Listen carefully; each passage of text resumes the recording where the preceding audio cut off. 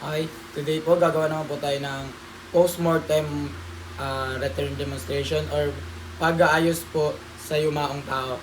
First step po is verify the patient's death po, kung kailan namatay, nung kinamatay, and mga kailangan gawin. The next po is wear PPE. So since wala po tayong PPE, nadala ngayon dito, and let's assume po na nag-equip mo tayo ng PPE. Then next step po is provide privacy po sa death patient. Then next is position po natin si patient.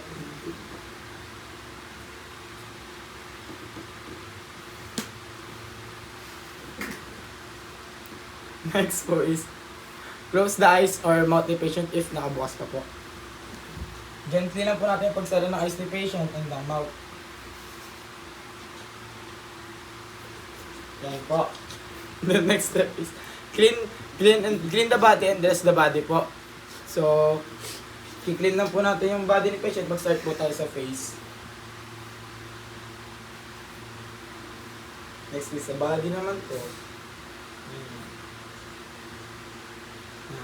Then, next po is attach po natin yung ID tag si patient sa biggest finger po sa paa. Para po makita, yun po yung magiging identification ni patient. Kasi po, pagka dinideliver po natin yung body ni patient, deliver, nakasara po yung buong katawan niya and paalam po yung kita. Dito po natin nilalagay yung ID tag.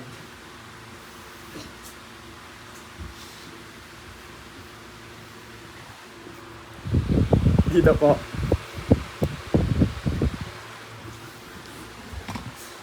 Next step po is transfer the body po sa morgue po ng hospital. Yan, gamit na po stretcher, mga ganun. And last step po is remove the PPE po. And yun lang po. Thank you.